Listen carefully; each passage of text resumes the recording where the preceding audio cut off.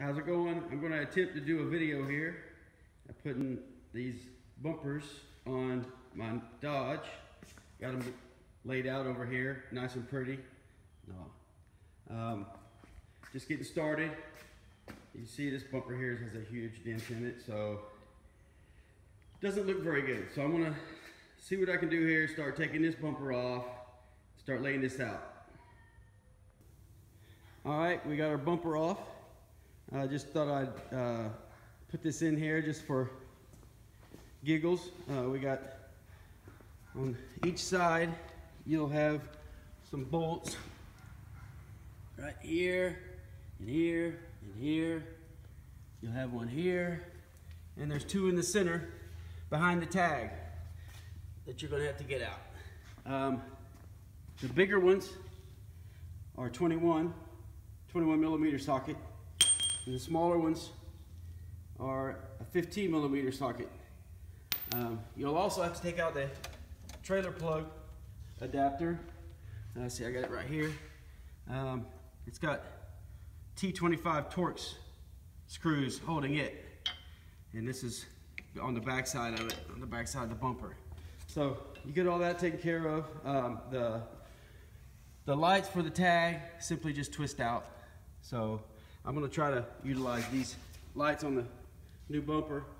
I don't know, we'll see how that works out. All right, I'm going to start laying out this bumper here, start welding these pieces together, tacking them together, and putting the brackets on the frame, and we'll go from there. All right, I got my frame pieces put on, and I got my pieces tacked together. Little note, this takes 3 bolts on the side. This bottom bolt, there's no nut on the inside. So what I did is I temporarily took the clips that go to these holes, and I cut the back off right there, ground it off, and put it on there just so I can mock this thing up. I'm gonna have to get some regular nuts. I don't trust that little piece of crap thing. Next, I measured from my frame out to the end, and I made them equal distance. I actually pulled the bracket out as far as I could, and it works out to be from the end of the frame to the end of the bracket is 9 1/8. I did the same thing on the other side. Then I pretty much just eyeballed it across to make sure they were both perfectly level with each other. And once we do the final tightening, we can adjust it and get it straight. So as long as we get it welded together level and straight and same distance, we should be okay. Now this here, I didn't have anything straight edge, so I used a piece of diamond plate I had laying in the shop to lay the pieces out and put it up against the angle iron or the aluminum, and held it up, held it straight, and got it tacked together. But I also did a little something extra. I beveled these flat edges, so when I do weld it, it'll be a nice smooth weld, and I'll have really good penetration. I did the same on the other side of this as well. So when I weld that for the final, it'll be good to go. All right, we're gonna see if we can get this thing tacked up here and see what we get. All right, we got our bumper tacked up. It's pretty straight. Just got a couple tacks on it for now. Pretty much centered it. I just measured from this distance equal to this distance, which is right around 1 1/4 inch, 1 5/16. I think anywhere in between there, and you're good. One note, you'll see in the previous videos that there's a hole in this Reese hitch that comes up through this hole in the original bumper. That was causing the bumper to stick up too high. So I ended up going beast mode on this thing and cutting it out so it would get that extra 1/2 inch drop, so it would match up to my mounts inside there. As you can see, it's got to come up or come, you know, match that, and it wasn't doing that. It was up too high, so you got to take that little bugger out. So there, I did anyway. So that's something to think about. I want to go ahead and see if I can't tack these end caps on and trim pieces and these holes covers here, and we'll see what it looks like. All right, we got all of our trim pieces in, corner pieces, or fill-in pieces for there. I did trim about 1/8 of an inch off of this edge, just so I'd have a nice beveled corner to weld into. Got a little gap there, but that ain't no big deal. Everything seems to be fitting very well, other than just a couple little modifications from this weld here. And I think on these pieces here, I ground the corners off so they would go into the corner a little better. But other than that, pretty straightforward, simple. I'm gonna go ahead and start welding this thing up, and we'll be getting ready to get it painted here in just a little while. All right, we got the bumper pretty much all welded up. We do have it all welded up. I wanted to say that before I took the bumper off, I put some stitch welding on the back side just to make sure that everything stayed in place and didn't move while I took it off. So here's let me see if I can get a better picture over here. Some of the just a few 1-inch welds over here, and I took it off, welded it all up. There's some of my welds. I'm an amateur. Anyhow, I started grinding over here, so I got this corner pretty much ground down. Still got to sand it a little bit, but that's what you want. That's kind of finish you want right there, like that.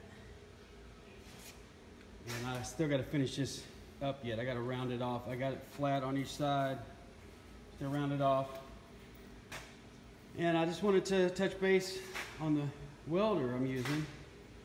Using 35 thousandths solid wire with the argon as shield. I got a little 180 amp MIG welder.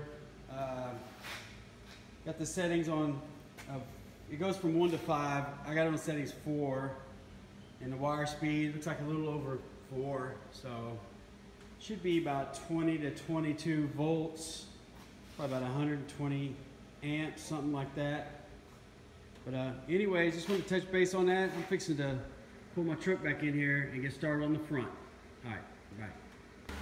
All right, we got the bumper off. And a couple tidbits of info that might help you get yours off faster. Here's the plug for the lights. If you have lights in the front, right here's one I took off. I'm going to try to use that on the new bumper, so we'll try to see what I can do with that. But anyways, these are the 2 bolts you need to take out. On the back side, it's got a tab that hooks the 2 bolts together. The issue is, when you go to take it off, hits the intercooler if your truck is a diesel. So in order to get the intercooler out of the way, ended up having to take these top bolts loose right here. I just got them finger tight now. Take this out, and it ain't gonna fall or nothing. And then you can lift it up, and you have the room to take it out.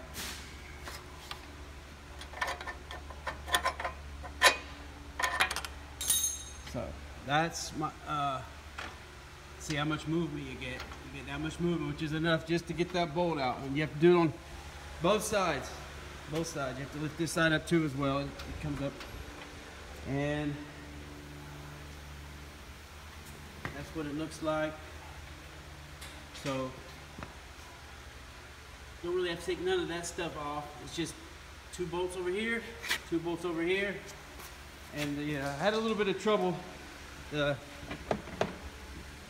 wheel well plastic goes in behind this, so it's kind of aggravating to get that out. But once you get somebody to help you, you can just pull it right off, and it's plastic, so it just pulls out of the way. So anyhow, we're gonna start putting the new bumper up there, fabbing it out, and we'll start another video in the next segment.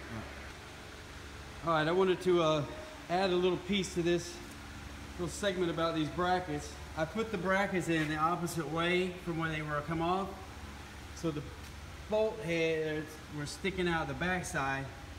And what I done was, I took a saw saw and I cut all that extra bit of bolt off. Just cut it down to like that. I really don't see no reason why it has to stick out like that. And once I get this one cut off, we'll have a lot more clearance in between the aftercooler and the bolt. Right now I can't even get my finger in there. So but once I get that cut off, we'll have a lot more clearance and it'll be easier to get the nut on and off. All right, my son and I got this thing tacked up. Everything lined up pretty good on this side. This end cap's got a little bit of a gap, but that's no problem. Just take your time. That's the best advice I give you, is just take your time and line everything up. This side had a little bit of an issue. It was this edge right here was a little bit too long, so I just trimmed about 1/8 of an inch from nothing down to 1/8 of an inch. And up here we had to pry it a little bit to get everything to line up smooth. But if you just take your time and don't force nothing. Now this gap is going to close up once we get everything welded and painted, put it back on. There's a little bit of an adjustment. We can pick it up just a tad to close this gap up just a tad. So that won't be as bad once we get everything ready to put back on. Everything's pretty much identical on each side. So just take your time, start from the middle, put the middle piece on first, and you see we got some pretty good welds. You can see the heat spot from where we welded it on the brackets to the frame. The bracket on the frame comes out right to the edge of this, so we got it worked out just right where this piece is just as wide as the frame. So just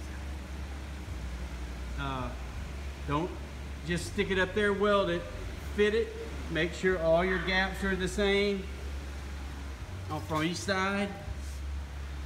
And it's definitely got to have 2 people, one to hold it and one to kind of measure and tack, and you should be good to go. Just take your time. How's it going? We got this bumpers all welded up, buffed out. I just wanted to show you a little bit of what I've done. You can see how smooth the edges are. Everything's looking really smooth. I just got a little bit more sanding to do, and then this thing's going to be ready for paint. On the front bumper, I added a small gusset in the corners just to beef it up just a little bit, and it can't twist if I get it from the side or something. Tack nuts on the back side of the plate, so now then you don't have to reach under. It's just going to be a threaded hole. Did the same on the back, threaded holes. This here is on the stock bumper. It's for the trailer plug. I went ahead and I cut a hole and drilled holes for this on the side there, and drilled some holes for a tag light. There's nowhere to put a tag light in this thing. It's required by law to have one. That's the backup plate for that. I just picked up this little cheapo LED license light, and I'm going to wire that up when I get done. I want to touch base on the grinder edge, or what I used on the edges. I prefer these sanding wheels or sanding pads. I believe this is a 60 grit, and they don't gouge as bad, and they leave a nice smooth edge. And don't, you know, there's very smooth, no rough gouges in it from a regular grinding stone. So it's something to think about whenever you're welding them up. Anyhow, I'm going to do a little bit more sanding on these just to smooth out a few little spots, and using an orbital sander. I'm going to use an orbital sander for the rest of the finish, and use the wire wheel in these corners. Use this as a regular cup wheel, because I'm gonna leave those welds like that. I'm not going to grind them down or anything. So, all right, well, we'll get back whenever we get these things powder coated. All right, we got these things put on, painted up. I just gotta go get me some shackles to put on the eyes. But see how I fitted my stock lights that were in the bumper into there. It's something a little something customized a little bit, something different. Actually got some sheet metal and made them tubes to fit inside. Kind of put the bends, kind of matches the bends on the bumper. So anyways, I got the back one on as well.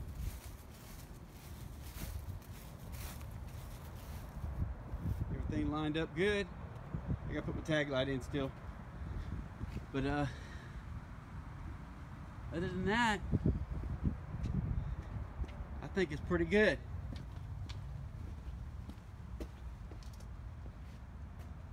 I gotta paint my grill yet, and then this thing will have a facelift.